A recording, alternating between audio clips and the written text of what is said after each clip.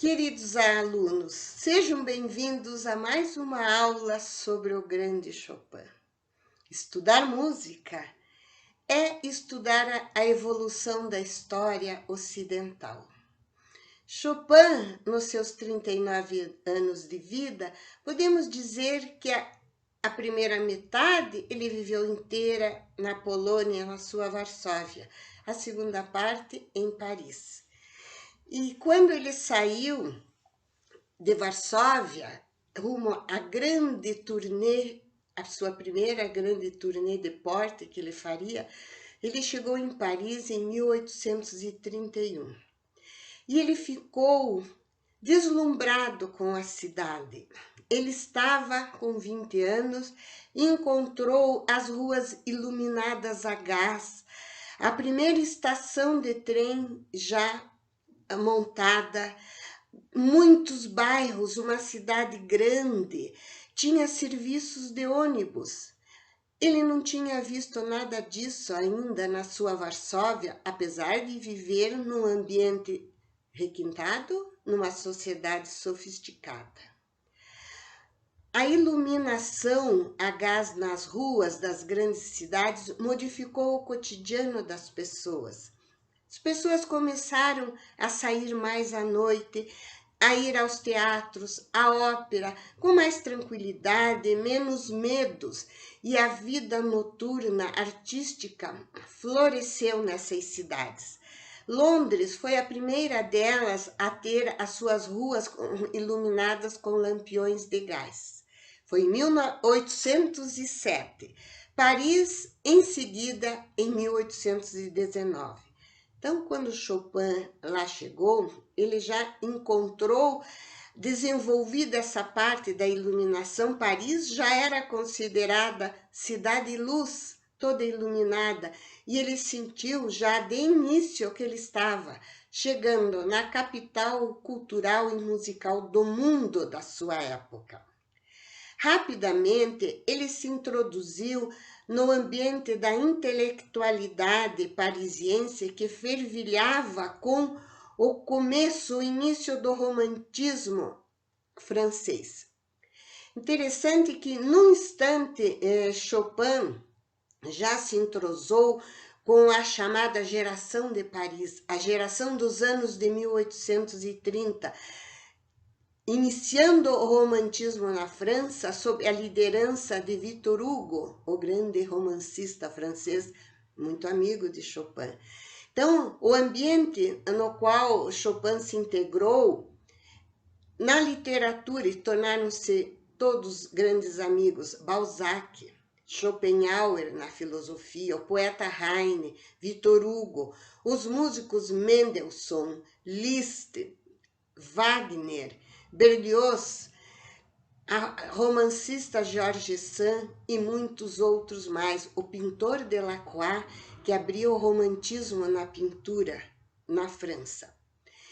Eles se entravam costumeiramente nos cafés, nos salões litero-musicais para desfrutar das artes e também trocar as ideias, conversar sobre as ideias modernistas de seus tempos, voltados para o interesse, que a arte voltasse para o interesse do homem, principalmente com destaque nos sentimentos do homem, as emoções, e também, principalmente, a liberdade de pensamento, que isso era muito importante.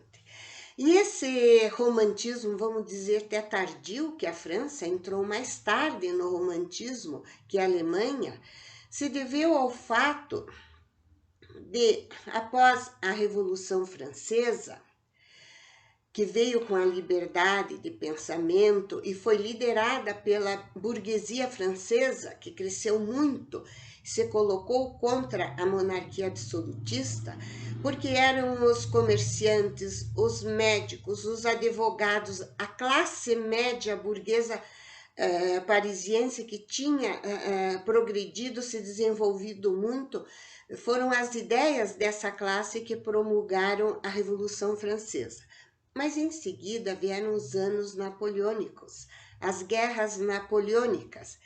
Então, quando chegou 1815, houve o Congresso de Viena e o que aconteceu?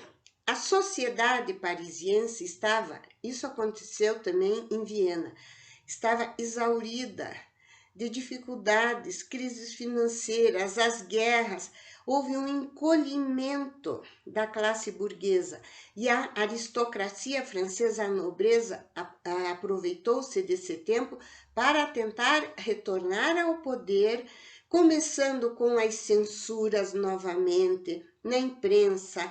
Os artistas se recolheram, pararam de se manifestar e foram 15 anos de uma vida mais de ostracismo para as artes e para os artistas franceses.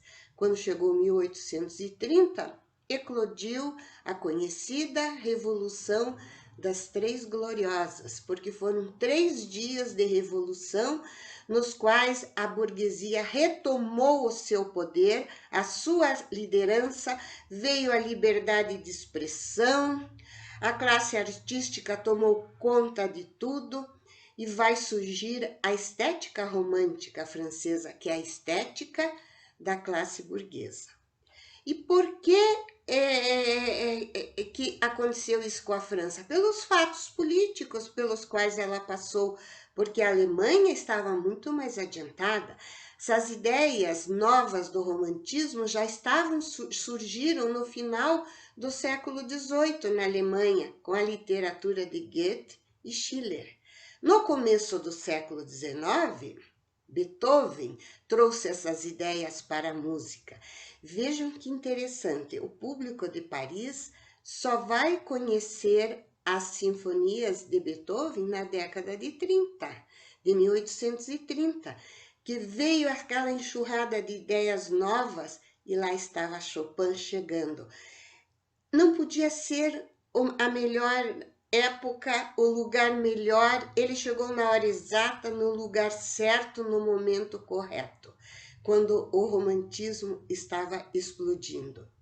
Isso foi sensacional. Acontece que Chopin já chegou diferente em Paris, se deslumbrou com todo aquele progresso, mas também ele estava espiritualmente diferente, porque quando ele saiu da Polônia para essa grande turnê, em 1830, ele chegou primeiro em Viena. Quando ele estava em Viena, eclodiu a revolução dos poloneses contra o domínio dos russos. E ele não pôde voltar e recebeu essa notícia e um grande amigo que o acompanhava voltou imediatamente para lutar e convenceu Chopin que ele tinha que dar continuidade ao desenvolvimento da carreira musical dele. Ele, relutantemente, assim fez. Pensou que poderia ser uma coisa até passageira, mas não foi. Então, quando ele chega em Paris, ele chega um outro Chopin. O repertório de Chopin nós podemos até dividir antes de Paris, na Polônia, e depois em Paris, porque mudou completamente o estilo de Chopin. Na época da Polônia, ele compôs aquelas maravilhosas danças que nós já vimos, as poloneses, as mazurcas, as krakowiaki, as valsas estilizadas, sofisticadas, dando muita ênfase à sua performance no piano. Ele tinha os dedos longos, ágeis.